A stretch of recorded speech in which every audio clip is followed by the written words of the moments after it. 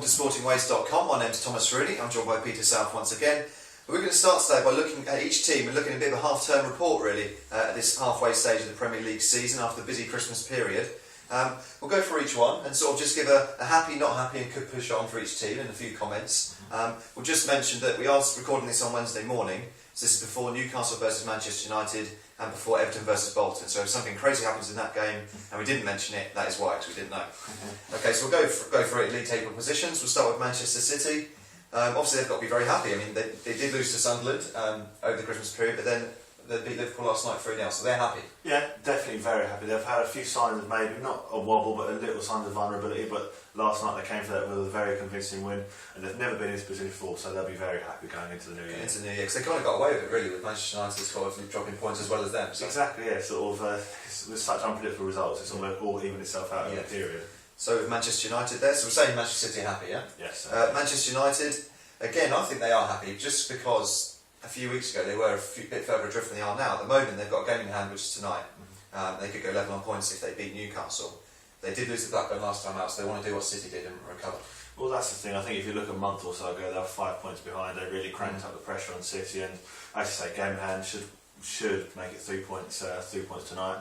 But they've got a growing injury list, which means they might end the new year not very happy, or as happy as they are now. Yeah. Okay. And Tottenham, you're a Spurs fan. Are you happy? No, I'm annoyed, frustrated, and it just destroys me every time we play, because I think we might win the title now every single time. So you think you're in the mix? Obviously, you drew with Swansea, which is a bit of an opportunity you missed, and then you beat West Brom by the old goal. Yeah, I mean, lots of people say now because we've got three home. Well, starting with the West Brom game, we've got West Brom, Everton, and Wigan, three home games. Obviously, Cheltenham and the FA Cup in the middle as well. Yeah.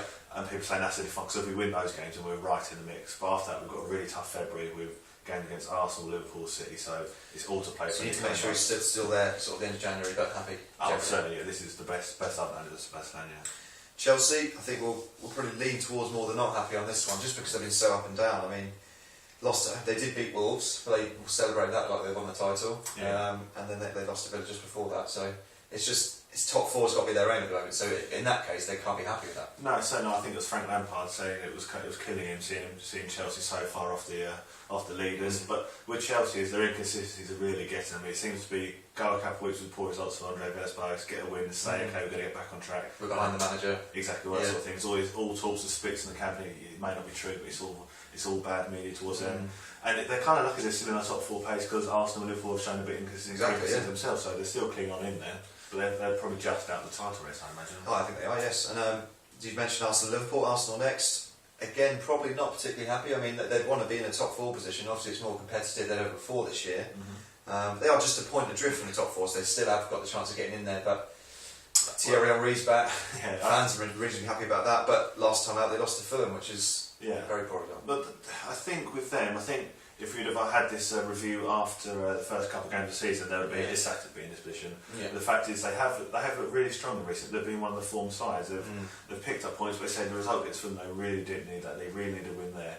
But so I don't think they'll necessarily be so unhappy.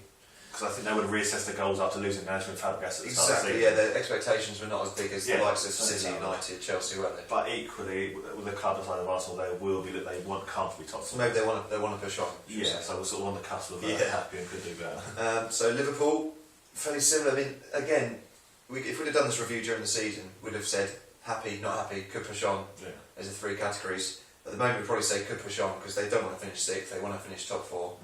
Again, good win against Newcastle. It seems like the people go one way when they win. It's like they're back in Liverpool, and then they lost to Manchester City comfortably. Suarez is out. What do you think about Liverpool? Are they just could push on? Do you think? Well, yeah, I think. I mean, they ended last season in sixth, and everyone talks about how much Liverpool progressed under Dalglish, and they have. They do look a better side, but I mean, the stats don't lie. They're not converting their chances. They're without Suarez now. They're in sixth place. They're dropping off. I think was it 3 points they're short of Chelsea. Yes, 3 points. That's not a huge gap. Obviously, they're still in the race for top four, but they do look perhaps the most vulnerable. And say the rate in which they waste chances is criminal at times. So I think they definitely could do better. And Newcastle, I think we'll say they're happy. They've got to be. They're seventh in the table. At the start of the season, you said that they'd have been extremely satisfied. Obviously, they did have a spell in the top four at the start, but we always knew that was maybe a bit sort of too much for that stage. But they lost the last time. They got Manchester United tonight. but they're going to be 7th going into sort of the break for the FA Cup games. Well, I think, as you say, they started off really well. They're in top 4, which we all knew was a fourth position. But I think they've now dropped down to their level. I think 7th is a realistic goal for them. It's something they can aim for. Obviously, you've got Denver Bar going to the African Cup of Nations, which is a real blow. Alan Pardew saying they're not going to get a new striker, which is strange. It's probably an error in my opinion. Do you not think Robbie Keane's a good shout? Well, I heard Aston Villa in for him, so I think, especially on a short-term loan, I think they can go wrong. He's a proven goal scorer, but well, they've said they're not getting a striker, so you can only presume they're not going to bring anyone in, so they're just after a bit of defensive goal. But yeah, they'll be really happy. But they've had a bit of a poor run recently, so they need to start putting together a couple more wins now. Okay, in 8th position is Stoke City. I think they're probably where they'd expect to be, but in that case, they've got to be happy. They've had a slump a bit early this season, but they've been in good form recently. They've beaten Blackburn last time out, which was never easy to do. Well, say that, but obviously they just beat Manchester United, so they were spirits were high. Good win at Blackburn. So Stoke are happy and could push on to compete with Newcastle for 7th. Yeah, well, the thing with Stoke is obviously you would expect that sort of position. Yes, so you could take part. But this year they've got the added bonus of Europa League. Now, they're progressing there. They're showing they can compete on a couple fronts. So that in itself has to be marked as progress, and that they can maintain their previous form of what you would expect of them, and in another competition. And they are starting to look sharper and sharper. And Crouch in the goals, so that's good for them. Yeah, I think Tony Pierce described him as unplayable the other day, which is probably true actually at times. But and he has looked really sharp for him, so it might be turned out to be a good buy for them. Very happy. Yeah. 9th, Norwich City. Go on. Smile. Go on. No, we're 9th in the table in January. With halfway point, we've got 25 points. How can I not be happy? We won at QPR last time out. But we always beat QPR, so that's not really an issue. We've just got a bit true. We drew with Fulham, then we won at QPR. We've got to be happy with that. But what point in the season does it become not looking at relegation, sort of looking at how far you can get up the league? 38 games. 38 games. Yeah. 41 points on the board. Yeah, no, the thing is we need maybe 16, 17 more points to make it safe, but we got on a bad run and that suddenly looks a long way off. But we've just got to be delighted. Yeah, certainly. I think, there was Spurs Norwich a couple of weeks ago now, and we sort of said that you've got to bounce back from that game like that and not really pay attention. You've done that very well. You've got valuable points. I mean, the win against QPR, I always say you've got to beat the teams around you and sort of... I think we've played QPR twice and Swansea once, we've got 9 points, so that's very good. Exactly, so you've got to beat those type of teams, and like the game against Spurs, let them water ducks back, don't ignore them. But happy days. Yeah, happy with that. Sunderland are in 10th, which a few weeks ago, Steve Bruce is not looking at this league table. They've beat Manchester City, then they've hammered Wigan. Martin O'Neill, incredible record, and obviously they've got to be delighted with they are now, but surely they can maybe push on now and start competing for 7th place or something if Martin O'Neill's going to keep going. They've manoeuvred themselves into an excellent position, as you say, having gone from the depths of despair and sacking their manager, they've progressed to a point now where they can sort of look at the second half of the season and progress further. Yeah. And they're unbeaten in 4 now under O'Neill. He's got them really playing well and buzzing about the place, and there's no reason why you couldn't see them further at the table. So they're definitely ones that I think they'll be happy. They're very happy, but could push on even further. Exactly. Yeah. Okay, Everton. I don't think Everton are happy. I think they're 11th in the table. Obviously they've got a game in hand, but that is against Spurs next week. But they would want to be higher than 11th, wouldn't they? Yeah, I think they would do. I think obviously they set the bar incredibly high a couple of seasons ago with a 4th position, and no one ever expected them to maintain that. But you want from Everton, you want them to be challenging for say 6th, something like that, 6th, 7th place. That should be their bread and butter. And the fact is they're a bit further down, is obviously down to their slow start as usual. They've had a relatively solid Christmas period. I think they've kind of they're beating West Brom. They're doing all right. So I think they haven't lost games. They're winning games by the odd goal. Yeah. So they'll look to push on, I think. Exactly, but I think Tim Cahill went the entire 2011 without scoring a goal, and he is crucial for them. They really need to get the fire so they can move up the league. But they won't be disastrously unhappy, but they won't be satisfied either. They will really need to push on now. Okay, Swansea City, the next promoted sides. They're very happy with their last 2 results. I mean, drew with Spurs, then won at Villa. They probably think that actually after those 2 games, to be 12 was a bit harsh, but overall they're delighted. They're 8 points clear of the drop zone. That's something their style of play is more befitting the side. You would think they'd be a bit further up the league, and especially results. It's very tight, as we said. So. Yeah, exactly. And I'd say those are 2 really strong results, really good results over the busy Christmas period. Now they'll be thinking similar way to you. At what point to come where they're not thinking, look at their shot and looking up. I think it'd be similar, isn't it? Their aim is just to stay up. Yeah, certainly. And I think Brendan Rodgers said he's definitely got a few new faces in January, so it could be all smiles in Swansea. Okay, if it's smiles in Swansea, probably not at Aston Villa. No. If there was after the Chelsea win, obviously they maybe thought that was maybe the start. Darren Bent was back, he got himself a goal. Then they lost 2-0 at home to Swansea. They're 13th in the Premier League. again, they're obviously comfortably away from the drop zone, but they would want to be pushing that top 8, top 6. It was typical Aston Villa. Some of their performances this season have been so uninspired and insipid. And again, because they really rocked Chelsea, they got on their faces.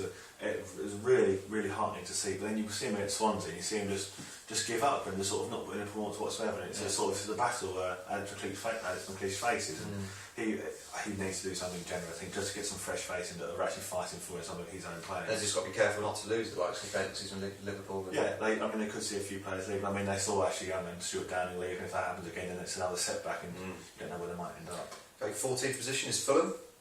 They drew with Norwich and then they beat Arsenal. A fantastic result there. Again, they're in at 23 points. I mean, Swansea, Villa and Fulham have all got 23 points, but they are 14th. That's probably where you expect them to be, but they'd like to push on and maybe obviously they're the sort of team they might push for a top 10 finish if they're going to be in some good form in the second half of the season. I think so far this season they've shown they have been inconsistent under Martin. Obviously that's kind of to be expected with a new manager, but they've certainly, if there's got one thing going for them, is they've got a hell of an attacking lineup. Clint Dempsey, Moussa Dembele, Bobby Zamora, Orlando Sarr, people like that. They're very good against Norwich, exactly. They move the ball well up front. They've got some really good young players, and that's what they've got going for now. They may need to bolster midfield because they've got people like Danny Murphy and Damien Duff who are getting on a little bit, people who are mainstays in the field. But they've shown promise, they've shown they've got something about them, but they just need to find that. Reasonably happy, but maybe want to push on a little bit. Certainly, yeah. West Brom, fairly similar, I would say. They're in 15th position. They've lost the last 2 games by the odd goal. 22 points, so again they're in the mix, the early 20s points. But they're 7 points clear of the drop zone, so in that case they've got to be happy. Yeah, I mean, against us last night, they were incredibly well drilled. They didn't, to be fair, they didn't show any signs of wanting to attack for most of the game. They were well organised, they got back and defended, and if that's what they have to do for the tougher away games, and so be it. Now they will want to sort their home form out, because their home form hasn't been very good. I think it's only 3 wins this season at home or something like that. And they'll need to do that in order to get on at the table and sort of fulfil the promise that they showed under Roy Hodgson last season. But you'd say they'd stay up, so in that case they'd I think they look solid. And Wolves, they're out of the drop zone, so that's probably good. But Mick McCarthy, I don't know if you saw his interview the other day, he wants to be getting points. He said, they asked him, are you heartened by the performance against Chelsea? Like, no, I was nearly going to do an impression then. But no, they didn't get any points. And he just seems very frustrated with their sort of lack of not getting the points they deserve. But I think he's also quite frustrated because, if I remember rightly, they didn't really bring anyone in over the summer. And he said yesterday he said we've just had no fresh faces, so they really want to bring some people in. And I think if you can get probably got Frimpong, haven't they, from Arsenal? Yes, they have. Yeah, and they've signed that guy from Wolves. I can't remember that, Eggert Johnson, is it? They signed him from Wolves, from Hearts. So I think at least they're getting some new faces in. At least they're sort of maybe trying to do something in the market, which is really good for them. But if you said they'll finish 16th, they'd be happy, wouldn't they? They would be, but it's sort of you want to see them moving on, because they're sort of there, sort of just by the relegation zone, isn't it? Okay, Queen's Park Rangers in 17th. They obviously, I think I saw the table in November the 9th or something. They were sort of top 10. So they've really slid off recently. They've lost to Arsenal and Norwich over the last 2 games. 2 points clear of drop zone. They're not going to be very happy. And they I still don't quite get the players they're signing, like Makeda. He scored a goal against Villa 3 years ago, and obviously he's talented. But is his heart going to be in QPRs the same as the likes of Wright Phillips? I'm not quite sure on their transfer policy or where they're at as a club, to be honest. Well, this is, I think QPR, one of the clubs you can certainly say not happy. Not happy. Just as you say, the manager, I think it was after the first 8 or so games, there was Norwich, Swansea, and QPR was all separated by a matter of 2 points or something in mid-table. Now they've dropped off so badly. I mean, they really have been winning games recently. They've been playing fairly poorly, and as you say, the transfer policy, there's going to be a big month then, because Neil Mott said he's going to bring in a lot of players. Now, whether we can get them to gel for the second half of the season and push on, that's a really tough ask. I know Neil Mott's a very experienced manager, but he faces a real tough battle here. Yeah, so they want to push on in that January. And Wigan in 18th. Obviously, you'd expect them to be in a relegation battle, so they can't say they're happy at the moment, because obviously they will go down if the season finished now. So yeah, watching about Wigan, they want to push on and sort of show the form they showed a few weeks ago. Yeah, I mean, they've shown a little glimmer of light this season, haven't they? They've shown slightly what they're capable of. Against Sunderland last night, they were victims of their own demise, because they were so eager to get forward, so eager to not pass it around and knock it around the back, and they really come undone a couple of times because of their own foolishness. Now, as I say, they've got points against Liverpool, they've got points against Chelsea, so I think they've shown they are capable of pulling off another great escape for that 7th season in the Premier League. But they go down to the wire. I think it certainly will do. Yeah, it's going to be another tight one. Blackburn, fairly dull season for them so far. Nothing Dan, happened. no, so we'll just move on. 19th, obviously they beat Manchester United, which was unprecedented really. I mean, it came from nowhere.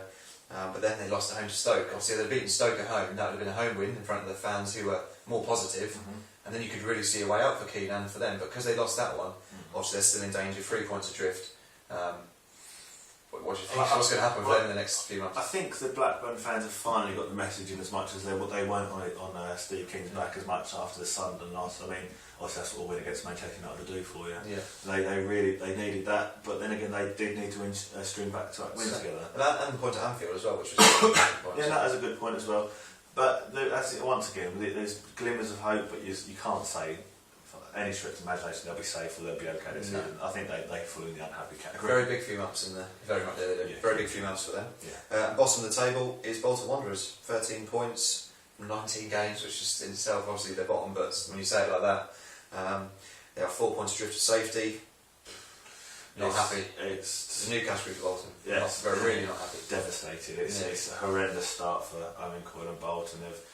They've lurched from defeat to defeat. They've looked to try and get things going again with the occasional win, but they just aren't scoring enough goals. Drew at home to Wolves last time out. That's they need to be winning. Well, that's the thing. We've said it so many times before. They lost so many big players. Amanda and Daniel Sturridge and players like that. Cahill's on his way. Cahill's on his way. And with Bolton, they've shown themselves to be quite good in the loan market before with Sturridge and with Wilshere. So they might use a bit of nous to bring another player of that calibre in and maybe hopefully push them out the relegation zone. Okay, that's it. Enjoy the FA Cup weekend.